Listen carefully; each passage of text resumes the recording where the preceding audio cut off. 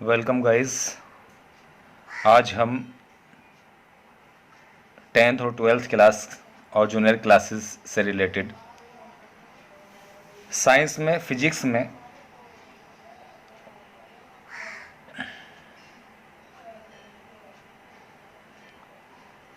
गोलीय दर्पणों की बात करेंगे। पिछली क्लास में, ये क्लास नंबर 3 है,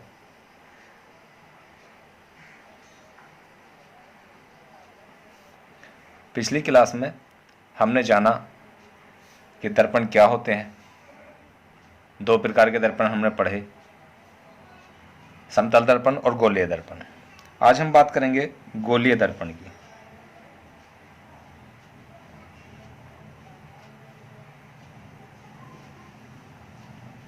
गोलीय दर्पण की हम बात कर रहे हैं, जिसे हम इंग्लिश में स्फेरिकल मिरर्स बोलते हैं।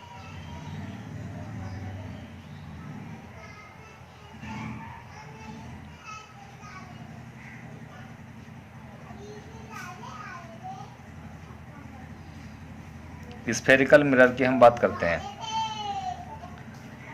देखिए, गोलीय दर्पण आपने देखा होगा, ये कोई कांच का खोखला गोला है।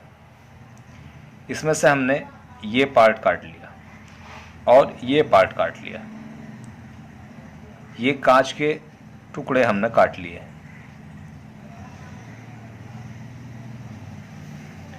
इसके हमने अंदर के भाग पर पाराओरल ऑक्साइड की कली कर दी है और बाहर का जो तल है उसे हमने चिकना यानी परावर्तक कर दिया है।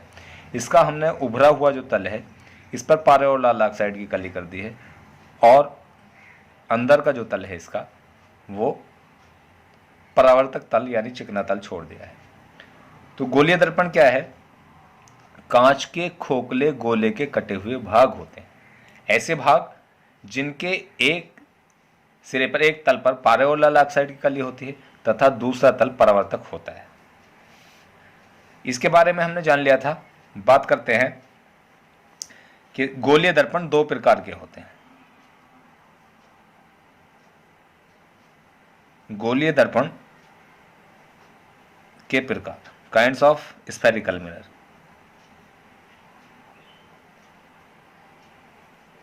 तो हमने अभी देखा, अभी समझा कि गोलीय दर्पण दो प्रकार के होते हैं।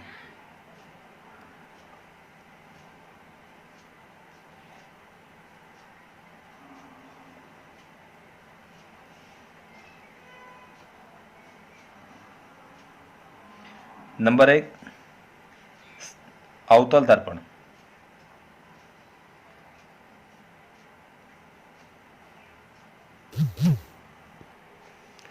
जिसे हम अंग्रेजी में कॉनकेव मिरर बोलते हैं।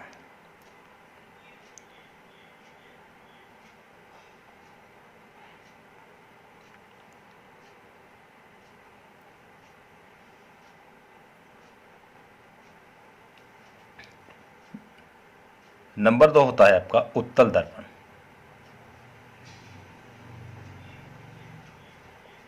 जिसे हम अंग्रेजी में कॉन्वेक्स मिरर बोलते हैं।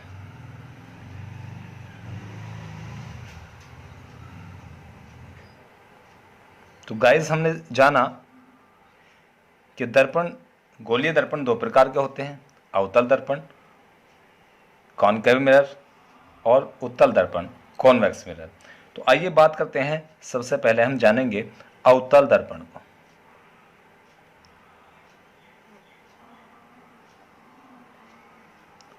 I mean concave mirror.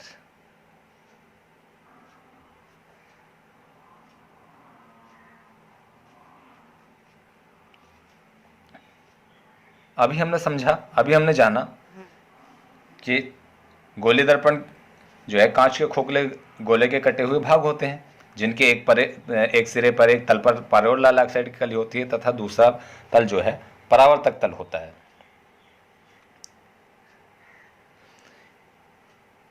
अब हमने ये कटा हुआ भाग उठाकर यहां पर रख लिया है।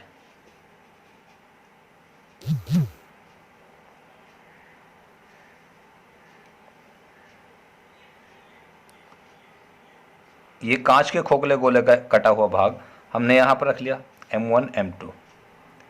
और इसके हमने उभरे हुए तल पर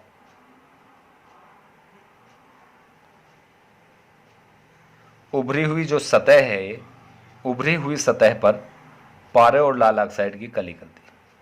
जब हमने यहाँ उभरी हुई सतह पर पारे और लाल ऑक्साइड की कली कर दी तो इसकी जो दबी हुई सतह है वो हमारी चिकनी है।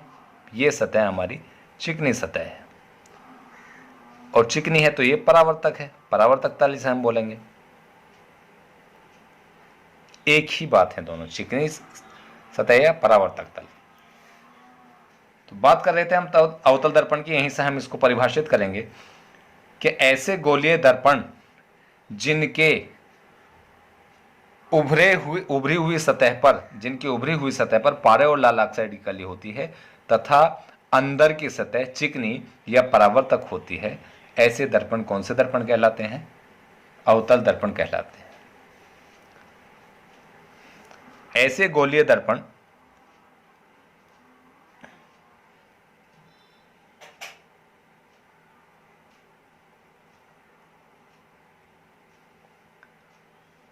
जिनकी उभरी हुई सतह पर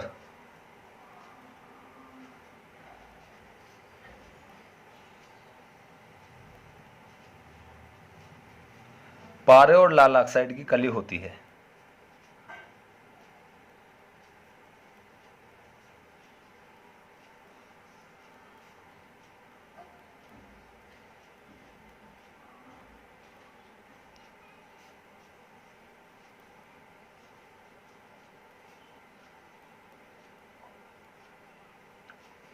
तथा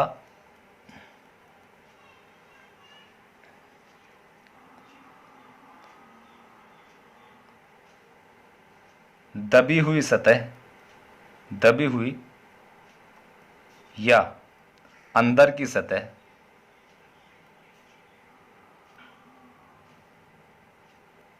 चिकनी होती है।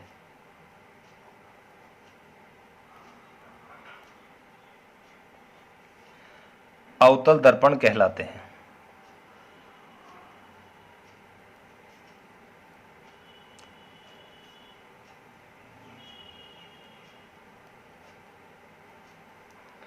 ओके गाइस, देखिए चित्र को समझना हमारे लिए बहुत इंपॉर्टेंट होता है।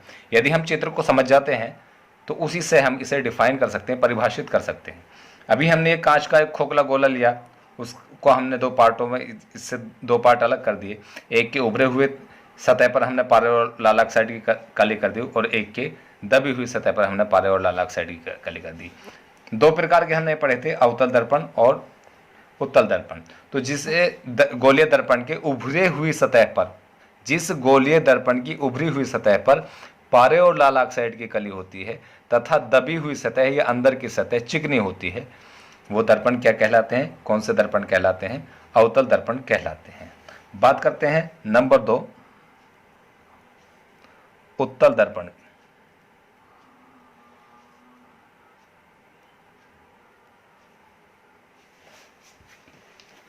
जिसे हम अंग्रेजी में कॉन्वेक्स मिरर बोलते हैं।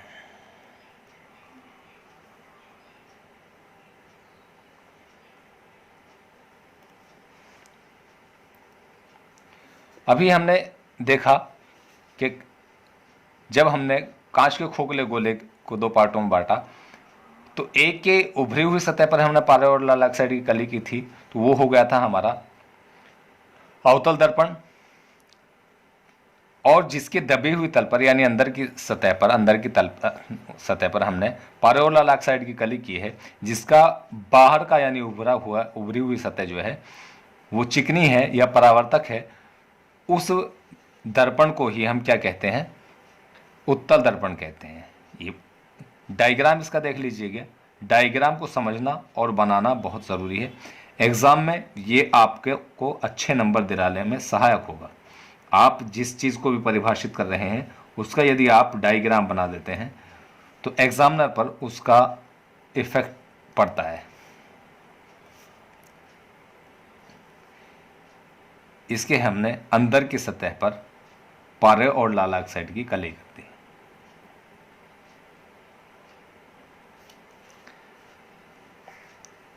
ये हमारा था अवतल दर्पण,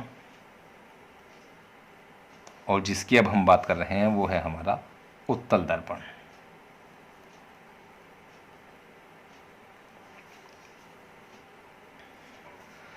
तो उत्तल दर्पण क्या हो जाएगा? ऐसे गोलीय दर्पण जिनके अंदर की सतह पर या दबी हुई सतह पर पारे और लाल ऑक्साइड की कली होती है तथा उभरी हुई सतह चिकनी होती है, ऐसे दर्पण उत्तल दर्पण कहलाते हैं। तो आइए गाइस लिखते हैं, ऐसे गोलीय दर्पण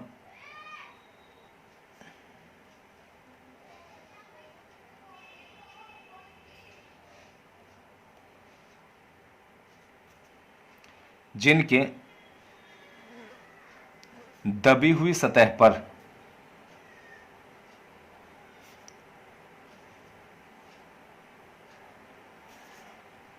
पारे और लाल ऑक्साइड की कली होती है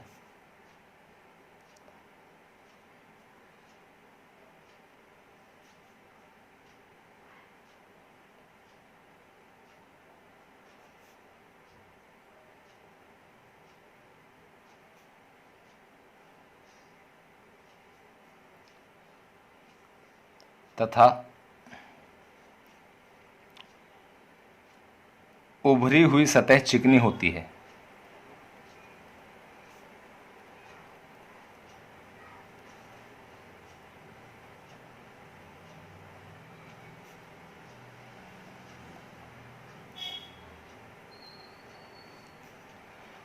उत्तल दर्पण कहलाते हैं।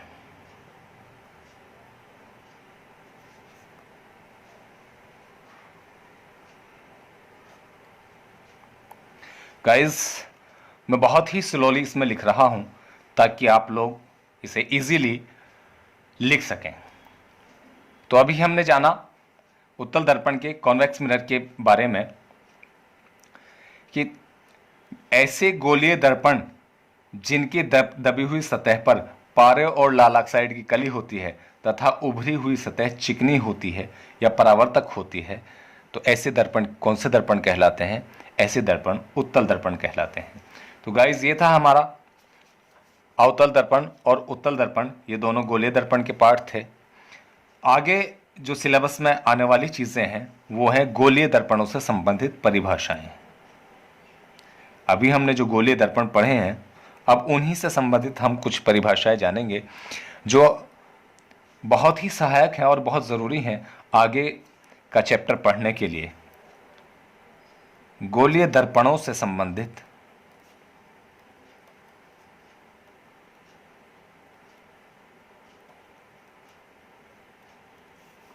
परिभाषाएं।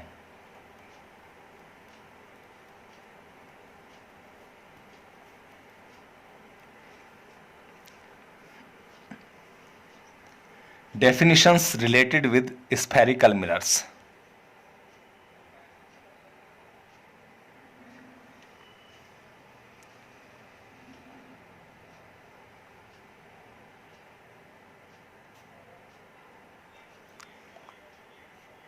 Definitions related, R-E-L-A-T-E-D, related with, W-I-T-H, with spherical mirrors, S-P-H-E-R-I-C-A-L, spherical mirrors, M-I-R-R-O-R-S. Definitions related with spherical mirrors. तो आइए हम गाइस हम जानते हैं गोलीय दर्पणों से संबंधित कुछ परिभाषाओं के बारे में, और उसमें भी हम सबसे पहले बात करेंगे दर्पण के ध्रुव की। दर्पण का ध्रुव, जिसको हम इंग्लिश में पॉल ऑफ द मिरर बोलते हैं, P-O-L-E, Paul of mirror, M-I-R-R-O-R, Paul of the mirror. अभी हमने ये दो तरह के मिरर के बारे में हमने जाना है, दो प्रकार के दर्पणों के बारे में हमने जाना है। एक दर्पण तो वो जिसकी उभरी हुई सतह पर हमने पारे और लाल ऑक्साइड की कली की है, जिसे हम अवतल दर्पण बोलते हैं। जब उभरी हुई सतह पर पारे और लाल ऑक्साइड की कली हो गई तो दबी हुई सतह यानी अंदर की जो सतह है वो हमारी परावर्तक सतह हो गई।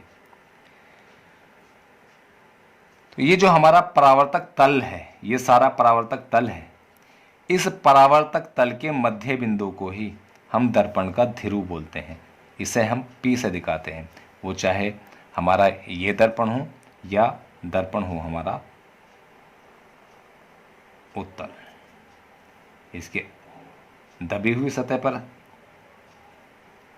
या तल पर हमने पारा और लाल ऑक्साइड की कली कर दी। तो अब ये जो तल है हमारा बाहर का उभरा हुआ, ये परावर्तक हो गया, चिकना हो गया। तो इसी का जो मध्य बिंदु है, परावर्तक तल का जो मध्य बिंदु है, उसी को हम दर्पण का ध्रुव बोलते हैं। तो आइए लिखते हैं गाइस इसकी परिभाषा। गोलीय दर्पणों के परावर्तक तल के, ये याद रहे गाइस, बात कर रहे हैं हम परावर्तक तल की, ना कि गोलीय दर्पणों की। परावर्तक तलों के मध्य बिंदु को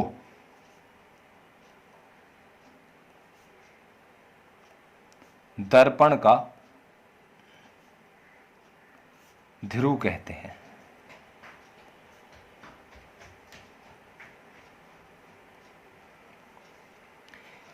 इसे देखिए गाइस, हमने अंग्रेजी लिखी Paul of the mirror, Paul of mirror.